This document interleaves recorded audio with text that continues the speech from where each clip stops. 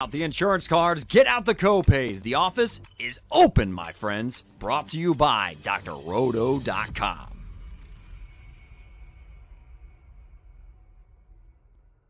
Good evening, everybody. It is the Look Back with Sam and Maddie. I'm not Sam, though. I'm Chris. It is Sam's birthday, so I am filling in here. It's a little late for me here on the East Coast, but did just have a good game. Did work out well for me financially, and just, it was decent to watch.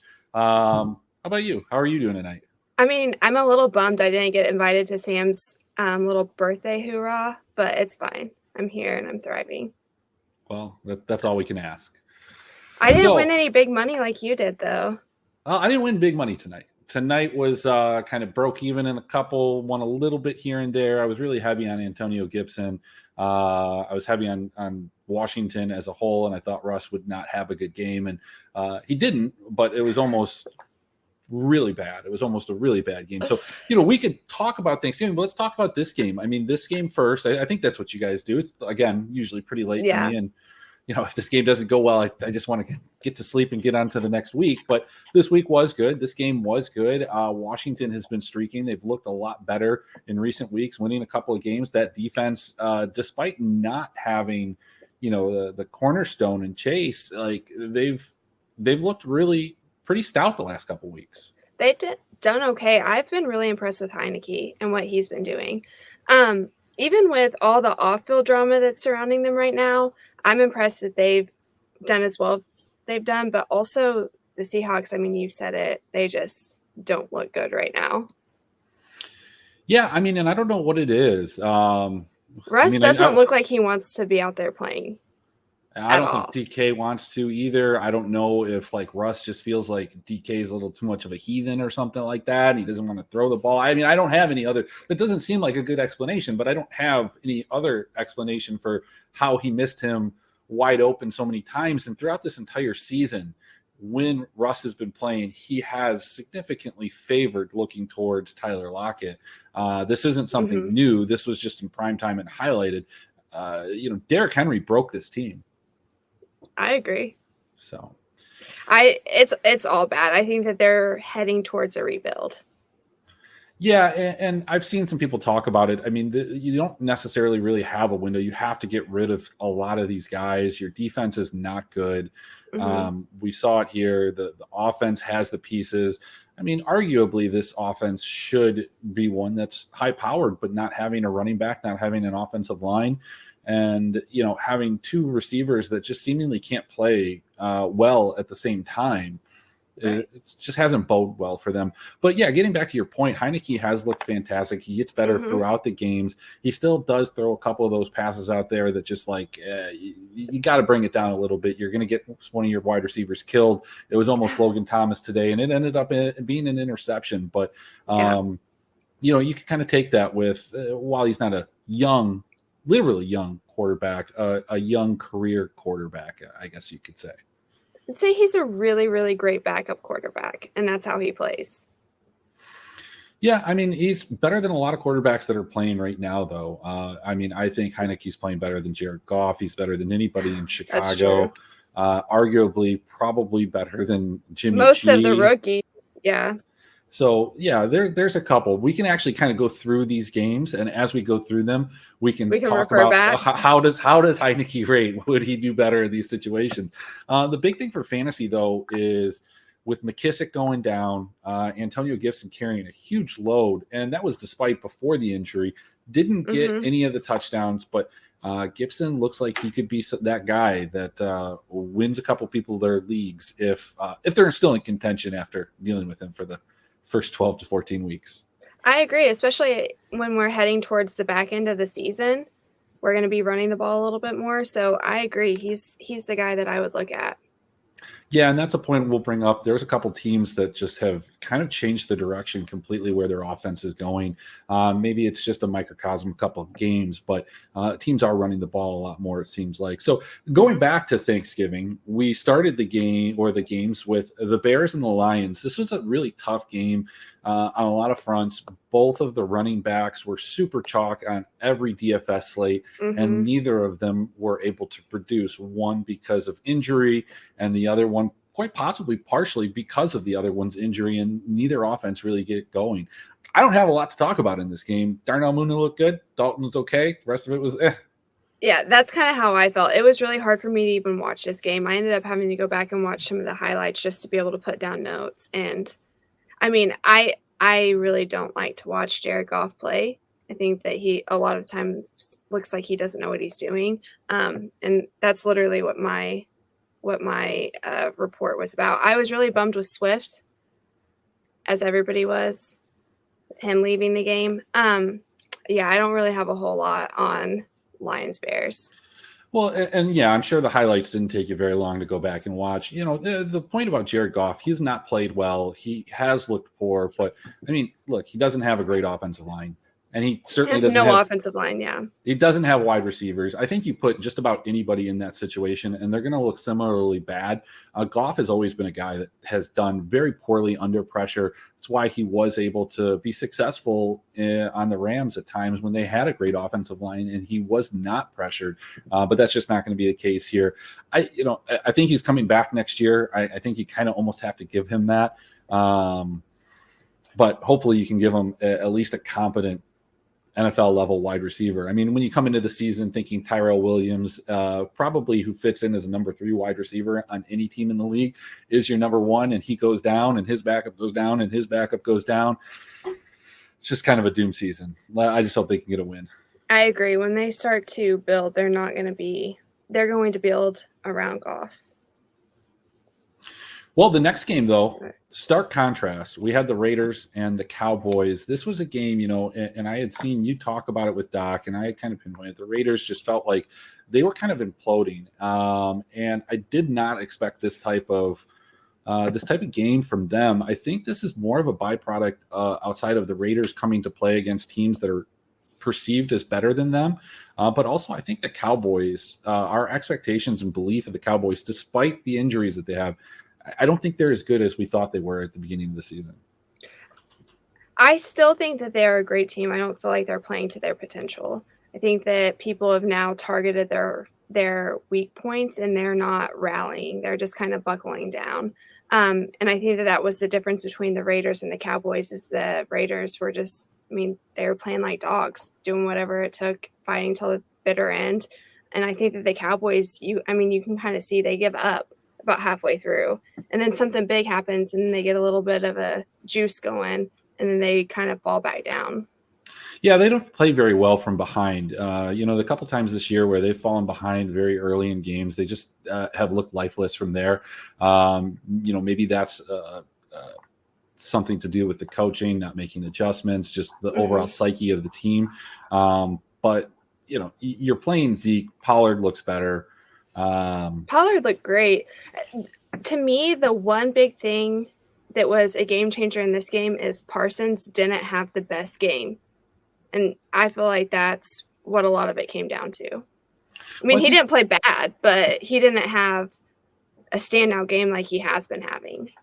I think one of the other things, too, is that, there was a lot of fanfare and a lot of tension sent towards Diggs earlier in the year. Yeah. And I mean, rightfully so. He made a lot of highlight reel interceptions, pick sixes, saved me on that pick six that he returned.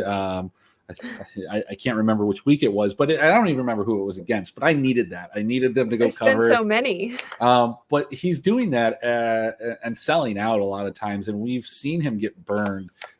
So he's a boomer bust type of corner, and you're going to have a regression from what he had, and you're seeing that. So they really took advantage of that. Renfro, Deshaun Jackson, all of these guys had big games, and it was a good game for the Raiders. So good win.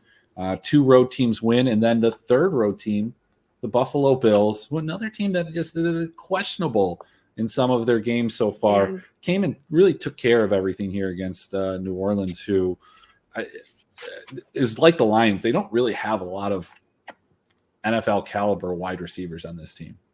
I agree. I mean, the Saints are just hurting altogether, and so everybody's like, the Bills are back. And to me, I'm still concerned because I mean, they won, but that offensive line is so jumbled, they don't know which way's up. The defense really saved the Bills, and then they were able to do some things against the Saints.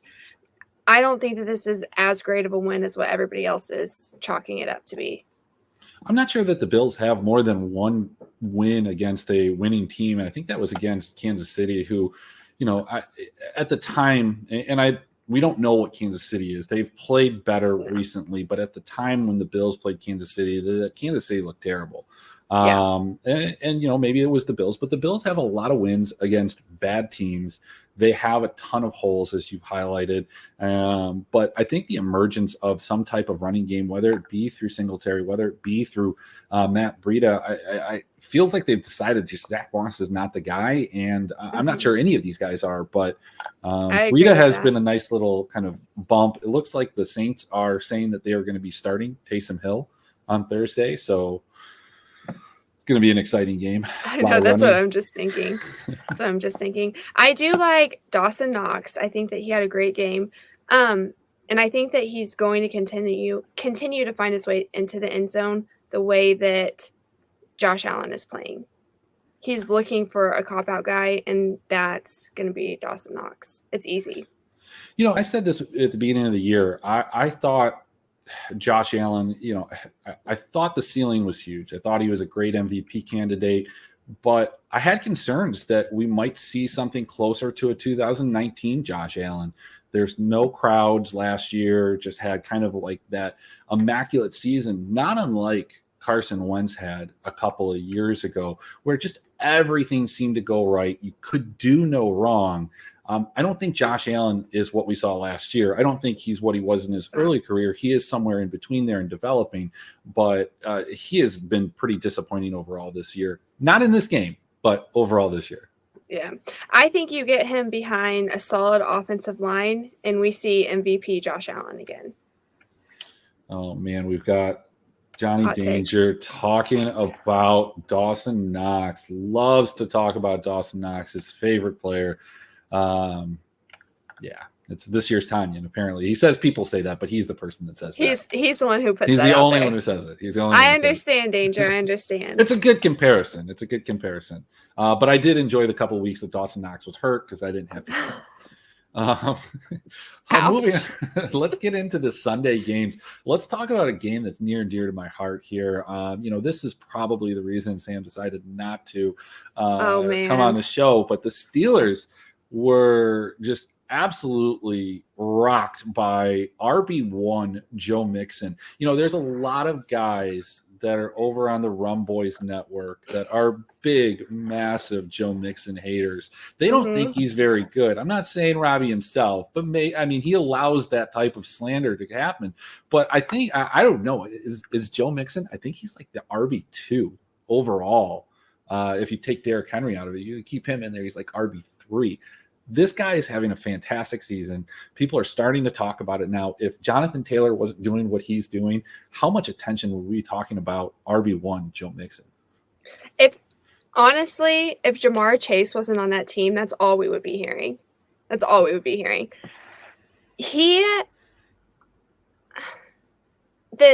issue with him is he's so hit or miss, you can't depend on him. From a football standpoint, I'm talking like from a schematic standpoint. Like, I went to OU, so I've grown up watching this kid, and he's developed a little bit, but he does the same thing. It's like once he starts getting that confidence and that like cockiness, it like does the opposite for him. He needs a chip on his shoulder to be able to go out and perform. And once he starts getting comfortable, he kind of half-asses things. You'll see what I'm talking about. He'll go and just like fall down. He doesn't work for extra yards unless he has that like chip on his shoulder. So that's my issue with him. I don't know, 28 carries, 165 yards, 2 touchdowns, plus involvement in the passing game.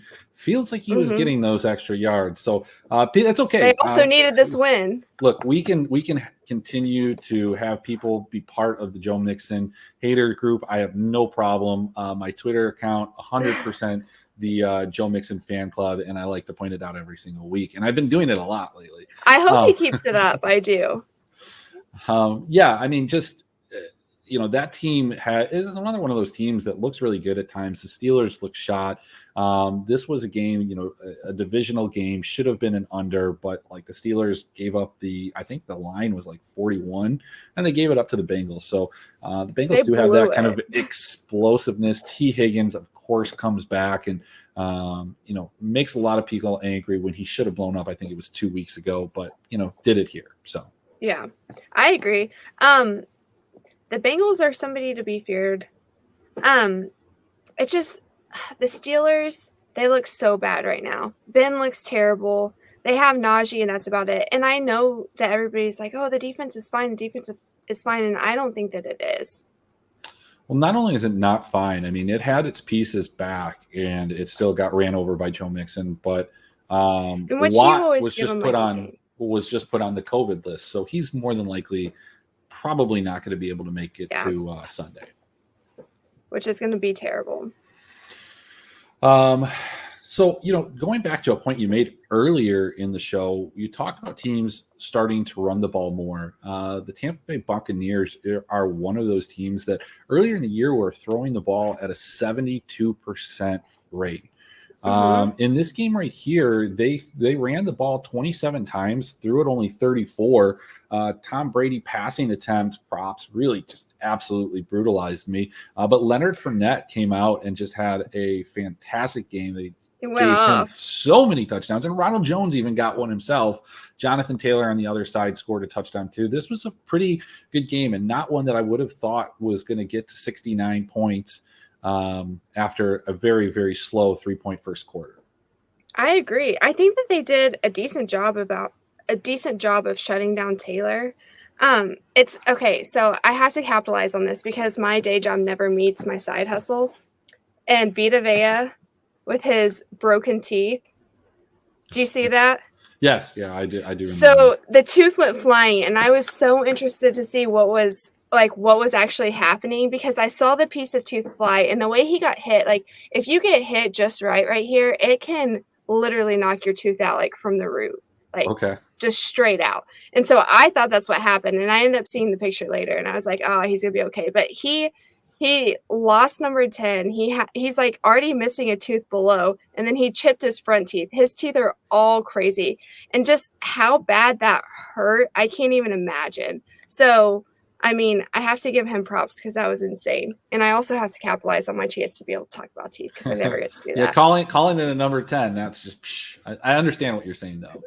I stopped myself. I will say whenever I was taking notes from that game, it like almost felt like I was doing dental notes. It's like number 10 was broken in half at the gingival third. Well, I mean, moving forward, though, how do we rank these teams? I mean, Tampa, pulled out a nice win here, but they've given us some scares. I don't think that they're necessarily as good, but as we might have thought they were earlier in the year. But I don't know if there's a lot of teams outside of them that I feel confident can go get 3 or maybe 4 wins when the playoff comes around. I used to say that about Buffalo, and that, despite having tough losses, whether it be against Tennessee or, any of the games that they were unable to be successful in. But Tampa is a team that you just feel like they're never actually out of it because of Tom Brady. Just still and looking that's good. Really where it is, because we even saw them go through patches with injuries, and then they came out and they still performed well. They may not have gotten every win, but they hung in there. They're a team that's going to be making it to the playoffs. Should do a top 1. I'll work on that, Danger. All right. It'll be big in the Philippines, believe me. They love us there. Another game that, has a ton of fantasy impact and not necessarily in the way that it really is changing the trajectory of teams, but the Dolphins against the Panthers, and, Christian McCaffrey out for the rest of the year. Christian McCaffrey barely was even back. Who's played more this year? Has it been Cam or has it been Christian McCaffrey? I think it's pretty equal. And unfortunately, they have about the same amount of rushing touchdowns. At this point in Cam's career, he just feels, and I could be wrong, and maybe I'm perceiving this because I was always one of the biggest Cam backers for the longest time, defended him in so many different situations. He just feels like a selfish player right now. Feels like he wants the ball, feels like he's going to get the ball. And like you have Christian McCaffrey, even before the injury, how is this team so ineffective offensively? Mm-hmm. And have we seen the last of Cam Newton in Carolina? Do they go to PJ Walker? I mean, he got benched. I think so. I think that what we're seeing now is exactly why he was cut from the Patriots. Yeah, I talked about it in a write-up when he was first, brought, into the starting role, is that we saw this very type of Cam, dichotomy. Like he was really, really good, could get you 30 or 40 points. Think of like the first 2 weeks last year, the game against Seattle, the first game, I think it was even against Miami. He put up like 25, 35, something just ridiculous in terms of fantasy points, a lot of it through the ground. But then he'd have games where he'd put up 5 or 6 fantasy points, which just seems impossible for a veteran quarterback that has the running ability that he does. But he's just looked terrible. The Dolphins defensively have looked better, but what do you do with DJ Moore? What do you do with Robbie Anderson? These guys shouldn't even be starting in a lot of cases at this point. I know. And just from like a football standpoint, if you think about it, you're thinking, okay, we have McCaffrey coming back, so we just need to get a quarterback who is a dual threat, but could also just hand off the ball and get out of there. Just be able to game manage. And they just made a wrong decision. And so at this point, I think that his days are numbered. It does stink with DJ Moore just because, I mean, what do you do? And, I saw something about Sam Darnold. Somebody was showing off like quarterback passing charts on TikTok, and, it was like, guess whose passing chart this was. And he showed Sam Darnold. Sam Darnold has like the worst completion percentage, attempts, QB rating to the left. Like, and if somebody can pick that up on Next Gen Stats, professional defensive coordinators are going to do that, and they know he's not going to throw it to the left. Just something that I thought was pretty interesting. But the Dolphins, Waddle, this is another guy that I highlighted as a possible, rookie of the year candidate on the offensive side. It's probably not going to happen now that Mac Jones is having such a great season. But Waddle has looked fantastic and is really carrying this Dolphins team.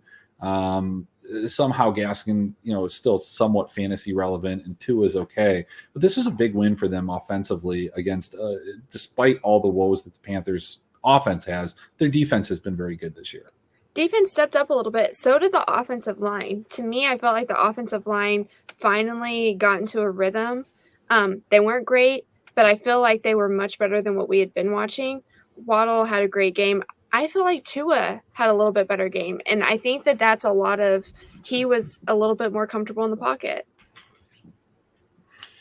Yeah, I can't say I watched a ton of this game. They didn't throw a lot of highlights because there wasn't much to see. But I will say I was pretty excited because the Dolphins were my highest owned defense. And that's just, they were super cheap on FanDuel. So, when they got that touchdown, I felt like it was going to be a great thing. It was just a good day. I have a buddy who's a coach there, and so I feel like I have to kind of keep up with them. Gotcha. All right, well, moving right along here, Patriots, Titans. I don't, is there really much to take from this game? The Titans are beat up. None of their wide receivers are there. Their running back's not there. Somehow they've found ways to still stay relevant and win games. They just weren't able to do it against this, Patriots team that doesn't seem like they have a lot of weapons, at least on the outside, but in terms of running backs, embarrassment of riches with both Harris and Stevenson, making neither of them necessarily fantasy super relevant, but in any given week, one of them is probably going to score a touchdown. It's also New England. I was talking to Marcus Grant about this on Twitter. It's like the New England Patriots are the equivalent of that house that you go trick-or-treating at that says one candy per kid. Like, that's the New England Patriots. They don't want one person to be superstar status. But their defense, we knew their defense was good, and they just continue to mesh. It kind of irks my soul every time Judon has the games that he has, just because I'm a Ravens fan, so I feel like we've missed out on that. But they're doing a great job of developing Mac and playing towards his strengths. And they've kind of proven that you don't need a ton of weapons around you to be successful. You just have to do the little things. And I will say that this is all the Patriots games, one of the nice things to bet, just game props is you can usually get 4.5 sacks. It's kind of like the standard 4.5, 5.5 is the prop per game. The Patriots are usually good for like 3 or 4 of those themselves. And Mac Jones is usually good to give up 1 or 2 of them himself. So that's a really nice player prop to just pay attention to when you're going through the different games. That's a great tip. Next game. I found that actually player props, one of the most predictable ones outside of like attempts. Passing attempts, not completions. If you can get in a same game parlay, attempts are far more easy to predict than completions or yards. Same thing goes with receptions, but sacks is a fantastic place to go. It does kind of suck towards the end of the game, but you can usually get 1 or 2 when the one team's trying to catch up. So taking notes over here. Giants Eagles. I have really not much to say. Jalen Hurts is the guy that we thought he was, but just wasn't for so long. The regression has happened. This guy is not a good quarterback. He can run the ball. He's going to be fantasy relevant in certain situations, but we've seen the deficiencies that he has as a passer really become an issue for this team. And albeit they're like a couple teams we mentioned, they don't have a lot of weapons for him to throw to. But he looked bad against a Giants team that's not very good themselves. Only takeaway that I have here was that Saquon Barkley looked good, but this Giants team is just as lost as the Eagles team. Yeah, I would say the Giants team is a little more gone. The Eagles aren't going anywhere this season, but everybody should kind of watch what happens in the offseason. Just because they brought in Uncle Brian Johnson, who is sold on Jalen Hurts, and that's all they're going to be working on this offseason is just developing the pass game. So I don't think that he had his best game, obviously, but I wouldn't say that he's a bad quarterback. And I think that next year we're going to see him kind of, I mean, I'm not saying he's going to be Lamar Jackson status, but we're going to see him kind of take that development trail that Lamar did. All right. So Taylor Heineke or Jalen Hurts, who do you want? Jalen Hurts. Taylor Heineke for me. I don't want Jalen Hurts at all. I think he's really, really bad. I'm You're not the only one. You're not the only one. That's the hill I'm going to die on here. So I sometimes sell myself on seeing potential. So yeah, it has nothing to do with where he went to school, does it? It actually doesn't. I think it has more to do with what I think Brian Johnson's going to do with him. And I know that he will die on the Jalen Hurts hill. So I don't think Jalen Hurts is going anywhere. But to be able to make sure that their foot's not in their mouth, he's going to put them to work all off season. Well, that could be a hill that kills a lot of people then. Could be. Moving it could on. be. We've got a Falcons team that just another team that, and people like to talk about the parity this year. I would argue that there is a tremendous amount of parity every year, and we overblow it every year. Like, oh, it's so much parity. Maybe this year, part of it is just where are the wide receivers? I mean, the Titans wide receivers are hurt. The Lions don't have any. The Eagles don't have any. The Calvin Browns Ridley don't want to catch the ball. Yeah, Calvin Ridley's probably not making it back. I wouldn't come back to the Falcons at this point. They might not even want him to come back because they're not in this anymore. And the Jaguars certainly don't. I mean, the Marvin Jones number 1 wide receiver experiment has been tried in Detroit, and it doesn't work. He's not a number 1 wide receiver. He's a number 2 wide receiver, and that's not a number 1 offense. Might be number 3 wide receiver. Maybe at this point in his career he's number 3, but it's hard to judge that when you've got Trevor Lawrence, who looks like he has the arm talent but has no consistency. The only thing that I can take away from this is that Cordell Patterson is everything that people wanted him to be for so long in the fantasy community, but just nobody would let Cordell cook. Russ stopped cooking. Cordell's in the kitchen. He's doing it everywhere. This is what he was drafted for in Minnesota. This is what they kind of tried to do in Chicago, but Matt Nagy's like, nah, man, that's way too great of an idea to put you at running back. We're just gonna run you like 2 plays. We're just gonna tease That's it. Yeah. I just hope. I don't think it's sustainable. Is my only worry. To what level, though? I mean, if he's getting 20 touches a game, how is it not sustainable, especially from a fantasy standpoint where, some of these are going to be catches out of the backfield. They're going to be higher value touches. His price in DFS isn't sustainable. But if he continues this, where do you think Cordell Patterson is drafted next year? But do you think he's going to be able to continue this? Because Yeah, I feel like the Falcons are going to Falcons him. They're going to give him 40 touches just like the Titans did with Henry before he got hurt. And he's either going to get hurt or it's going to turn into everybody knows exactly how to stop them. Well, but here's the thing. So if he gets, let's say 25, I think 40 is a little extreme. I don't think he's going to get that. But let's say he gets 15 catches and then 10 targets. Let's call it target a touch, maybe even upwards of 30. I don't think he's going to get 15 targets. Those targets are not the same type of wear and tear that the grinded out running game of Derrick Henry between the tackles is. So I think it's going to preserve him a little bit. Yes, he's on the older side of things for the NFL, but he doesn't have the miles on him like some of these other guys. That's true. That's true. I think Cordell Patterson possibly next year. What, second round? Do you think he sneaks into the first round if he continues this level of production? I say second round. I don't think he sneaks into the first round. I'm talking maybe like on the turn. 12-team league. You can grab 2, especially if he has like a flexible, like, can he be playing in the running back position? Can he be a wide receiver? You grab him at the turn there. And then, you can either then say, hey, look, I went 0 running back, but I didn't, it checks a lot of boxes, I guess. I mean, I can kind of see your argument, but I'm not taking him before the second round. Okay, that's what people said about Joe Mixon too, and that was a mistake. Let's go to the disaster game here. The Jets and the Texans. Zach Wilson, absolutely awful. Like, just so bad. Both teams were so bad this game. They really were. The problem from a fantasy standpoint is Zach Wilson has just looked absolutely atrocious.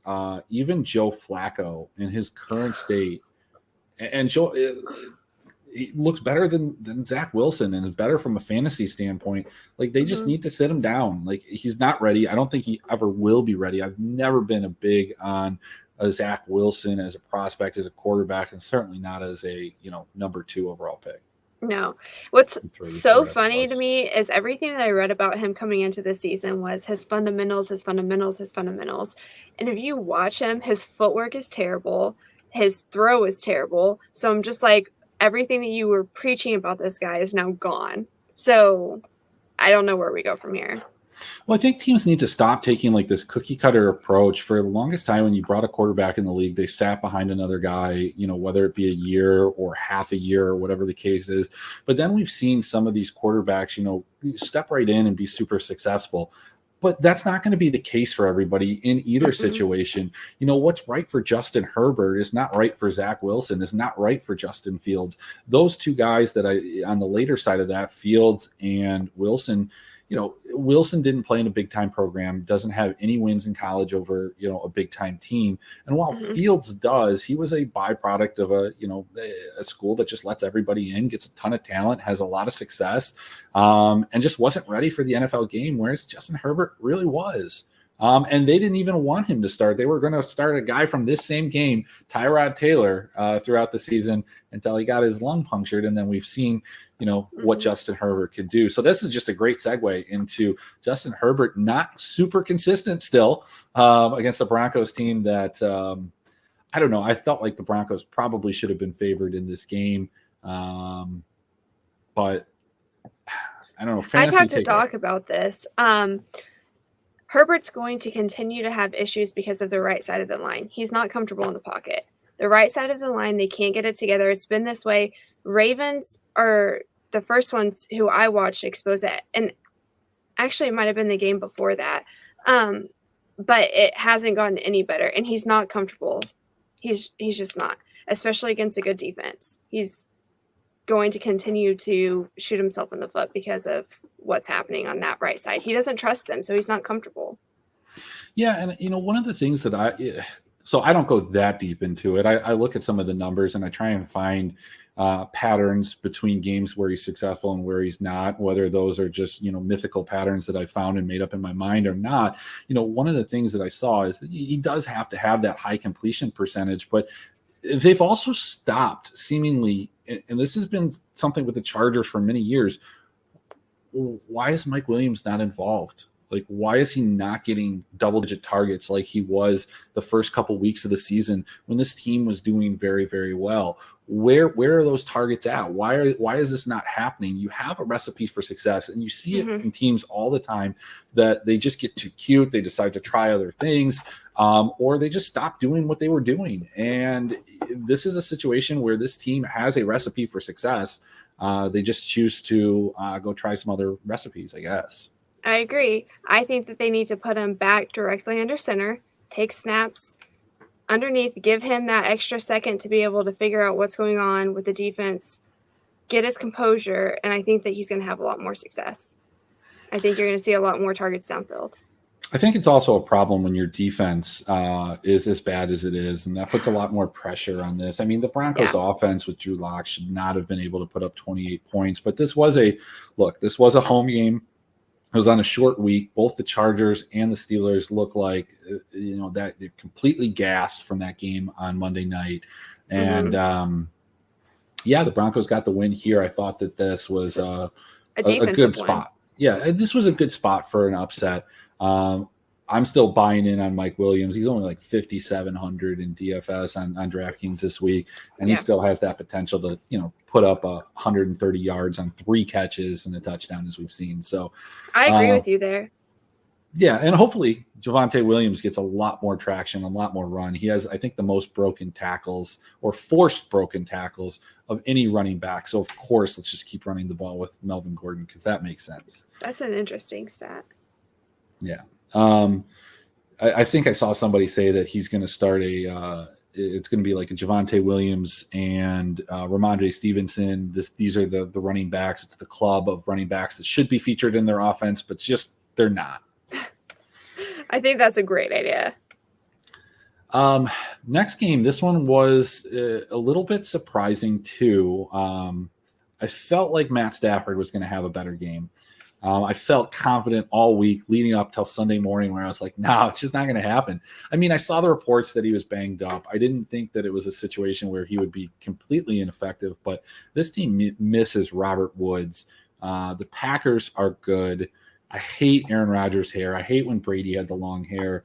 He just looks so silly out there, but the guy is the MVP right now, and Matt Stafford has got to fix whatever is going on here.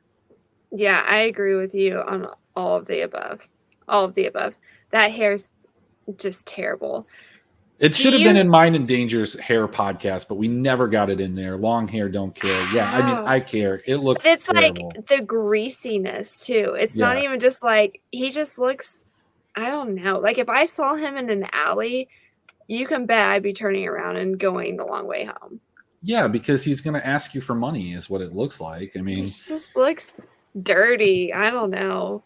But maybe he needs that level of careless, reckless abandon about everything that's going on in the world for him to be just this ultra successful guy that can get past the NFC Championship game. But yeah, look, I don't think OBJ is the guy that he was, those 1 or 2 seasons. I think it's something that we cling to. We see the potential. We saw the ceiling, and we saw the ceiling so early that we thought that there was going to be more of that, but there just might not be. It's the same thing that happened with Josh Gordon. You remember when everybody rushed to go get Josh Gordon on their fantasy team when he signed with the Chiefs? I was like, we do this every year, guys. We do this every year. There's always one. My question for you is, do you think that we were all like, oh, OBJ, or do you think OBJ was telling us, you guys need to pick up OBJ? I want to create, if I was good at video editing, I would create a kind of montage of passes that OBJ just dropped or didn't run the right route and send it to his dad and him. Like, you're not that guy. Like, go ahead and add LeBron to that list too. No, I agree. I'm honestly, like, I'm not an OBJ fan. And I think that the additions that they brought in actually hindered the team a little bit. There's no reason that defense shouldn't just be demolishing people. Like, quarterbacks should not be able to do anything. It should be sack after sack after sack. I don't know what's happening. I think that there's some level of gelling there, but, the thing is, we saw what Matt Stafford was in Detroit, and I think this is a better version of that. He has more weapons, but, there were seasons where Matt Stafford had great teams around him, poor coaching, bad defenses, just a variety of different things happened. He's going to have situations like this. I don't think all the turnovers in this game were his fault, but, they've got to kind of figure this out. It's crazy that Matt Stafford gets traded to the Rams, probably thinks that he's going to have some semblance of a running back and running game, and then it's ended up with like Henderson, who's better than pretty much anything he ever had in Detroit, but still, this isn't Cam Akers. This isn't what you thought of. Be it said and done, he's probably much happier in LA than he would be in Detroit. So, and this is one thing that's wild to me is we kind of were talking about teams changing things up on quarterbacks earlier. They were running the most empty out of anybody in the league, and it was working. And then all of a sudden, he just wasn't vibing with it. Stafford looked terrible out of empty. Nothing changed other than Stafford. So I don't know what's going on. I don't know if there's something under behind the scenes that we're not seeing. I'm not really sure. I don't know if him and Cooper Kupp are still having breakfast, but we need to figure that out. And, they need to get it together. I need Kupp back. Yeah, have an everything bagel with some cream cheese. Like, it's a great way to start the day. One of Dave's bagels, nice protein-based one. It's fantastic. Get a latte, feel good. Yeah, that's what they need to be doing. That's probably what it is. Maybe they changed their diet of, it's like bulking season or something. Who knows? Kirk Cousin lines up under a guard, and people go nuts about it. Like, look, they lost the game. So if I was Kirk Cousins, and I'm not, but if I was, I would be like, yeah, like, hey, this is funny, right? Like, oops. Like, I think at this point in his career, he's earned the, hey, yeah, I screwed up, man. Like, it happened. Like, laugh it off. Everybody points to this as why he's not an elite quarterback. There's a lot of reasons he's not an elite quarterback, but he's like right on that fringe. But this game, just again, the Vikings have all these weapons, and a guy that has underperformed fantasy-wise and won't be performing this week. Hope he gets better, but Dalvin Cook goes down. We're going to get Madison. Madison going against Detroit, 7,600 on DraftKings. I don't know if that's a price I want to pay, but Eli Mitchell is a guy that I want to pay for, and Deebo Samuel seems like he needs to be in every lineup all the time. Yeah, I was sitting here thinking about it because I'm trying to teach my little sister a little bit more about football. She's 12, and we were talking about the Niners, and I was just thinking, like, how am I going to explain Deebo Samuel and like show Cordell Patterson. Show Cordell Patterson. There you go. This is him. So no, I agree with you though with Cousins. Laugh it off. I think that if they would have won that game, it would not have been as big of a deal. He is going to be a gift that I use multiple times, though. Yeah. I mean, the whole thing was funny. Some people were saying it was like, oh, it could have been a fake, but then like Madison's like, no, bro, you need to get under here. This is not a Wildcat fake. He should have just played it off. Like, that would have been a great play too. But I hope that this offense can get it together. They are playing Detroit. Teams playing divisional opponents. Here's another little betting tip for you. Divisional opponents after like week 10 are like 62%. They went 4 or 5 last week. So bet the under Vikings and Detroit. I think it's like at 40, 42, something like that. Maybe it's a little bit different, but bet the under. Taking notes. Yeah, just bet all the unders on divisional games from now on. Round robin it. Or don't round robin it, but you should still hit at 60%. You should be good. You'll profit. Pretty good percentage to me. Another divisional game, the last one of the week, a divisional game. It was the Ravens and the Browns it seems like every week in prime time, every week I see, discords that I'm in, people are like, is this the worst game of football ever? And it's like, no, like, guys, we had the Saints and the Seahawks. We had another game that I don't even want to remember from like a week or two ago. And now we had the Ravens and Browns, where both of these teams just kept throwing the ball back and forth to each other. And somehow the Ravens came out as the winner from a phenomenal Mark Andrews catch that was almost a pass interference. They almost didn't give him the fantasy points for it. They almost did not. And I remember seeing so many tweets immediately. They were just like, if they screw up my fantasy points for this, people were so upset. No, that was a great pass. But Lamar, 4 picks. I mean, he said himself, he's got to be better. That I tweeted out the first half and I said, do you guys think we're going to see any offense the second half? And I meant it. I think Debo, and I mean, that's an okay comparison. I think it's a little bit different. Debo's, I feel like, a bigger guy and a better weapon, but Le'Veon Bell in his prime was the opposite, of running back that could be a wide receiver that's kind of really opened up the position for what it is now. But Cordell Patterson and Debo are doing things that I think are going to change the dynamic a lot of offenses and kind of open up that kind of wide receiver that's become a running back. We've seen it even like Mike Evans and Chris Godwin. Mm-hmm. These guys are getting carries. Tyreek Hill has for a long time. But getting back to this game, how does Nick Chubb not get 3 more yards at the end of that game is what my friend Pete Guggs wants to know. I think that's what everybody wants to know. I think that's what everybody wants to know. I think that Baker included. But I will say that the Ravens defense came to play. Like, they were shut down city. At what point do we have to just say, hey, Baker, it's done this year, man? Like, you're not better than Case Keenum, right? Maybe ever, but at least right now, you're not better than Case Keenum. Right now, I agree. I would say go take care of your body. I think the issue is there's contract on the line. Yeah, but at this point, I mean, that's what it comes down to. I don't think he's doing himself any favors by staying out there, though. That's the thing. The contract, I think, is getting worse. I mean, this will give him more time to do commercials and whatnot. I think Case Keenum needs to come in here and step in, and quite frankly, find a way to get Dearness Johnson more involved too. You can have 3 running backs. Why not? And I agree with that 100%. Baker is putting his body on the line, and his receivers just have proven they are not going to catch the ball. They're not going to get open. He doesn't have receivers. He doesn't. Yeah. He has Jarvis Landry and David Njoku, who they don't use nearly enough. No, not at all. Not at all. Like, that was a phenomenal catch too. I mean, Andrews, Njoku, they both have phenomenal catches. Unlike Logan Thomas tonight, who apparently did not have a catch. Shots fired. Apparently. I mean, I thought it was a catch, but I'm okay with it. But yeah, this Browns offense feels like they have some weapons that they can utilize, but they do a pretty poor job of it. I think they do a poor job of rotating Chubb and Hunt, and how just this offense inside the 10-yard line, inside the red zone. This Browns team should be 8-4.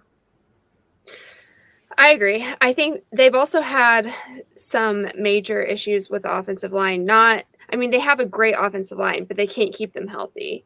And that throws off a lot of stuff. But yeah, if I'm Baker this year, I'm tapping out and saying, like, I'm going to go take care of my body, do some commercials. I mean, the guy's like the Lisa Rinna of the NFL. He doesn't say no to any business opportunity. Say, like, I need you to go sell, like, hemorrhoid cream, and he'd be on the first commercial.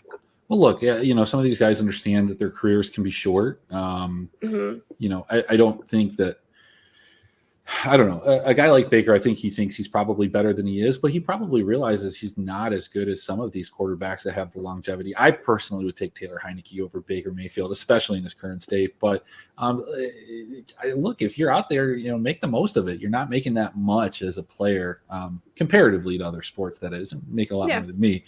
So, do the commercials. Why not? Build a brand for yourself. No, I'm all for it. But yeah, he's destroying his body. So I think that you're absolutely right.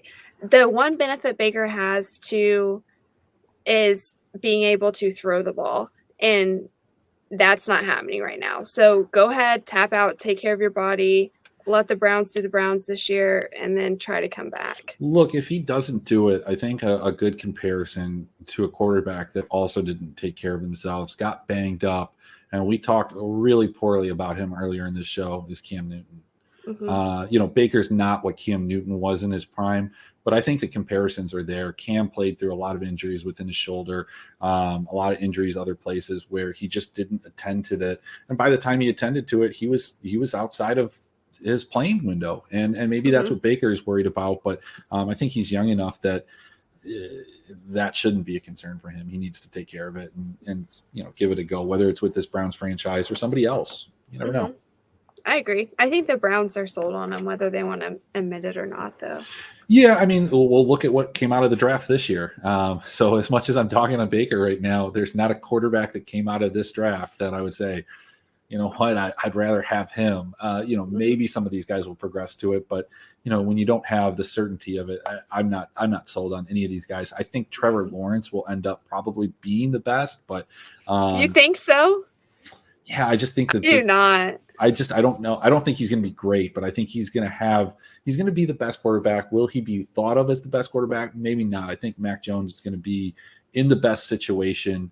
You look at a guy like, even for example, Tom Brady, who we revere as the best quarterback of all time, and rightfully so.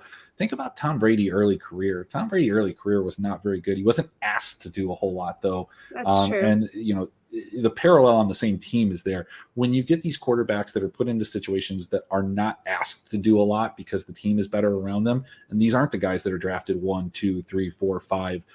Those type of situations just lead to better quarterbacks.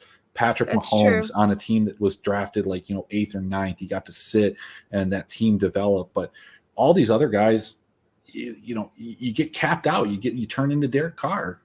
Not a bad thing, but not somebody that's going to make it to Canton. Not Tom Brady. Yeah. Yeah. I don't know. I feel like Trevor Lawrence has regressed. I think that he was put into a really crummy situation, but I'm not sold that he's going to be able to perform as a top 5 NFL quarterback ever. Well, and it just depends. If he stays there with Urban Meyer and that situation stays the way that it is, I think that's a real concern. There are situations that ruin quarterbacks. David Carr is one. I think Joey Harrington's another, from Detroit. So that's why that one pops up. But, there are plenty of these guys that were just put into situations with huge expectations and end up not being able to live up to it because of the situation that they're put in. And it just shatters and ruins their confidence. But I just think that the arm talent from Trevor Lawrence is there. I'd like to see some more weapons around him. I think that if you switch him and Mac Jones, do you feel that Mac Jones would have as much success as I think Mac Jones would be worse than Trevor Lawrence. Trevor Lawrence would be better than Mac.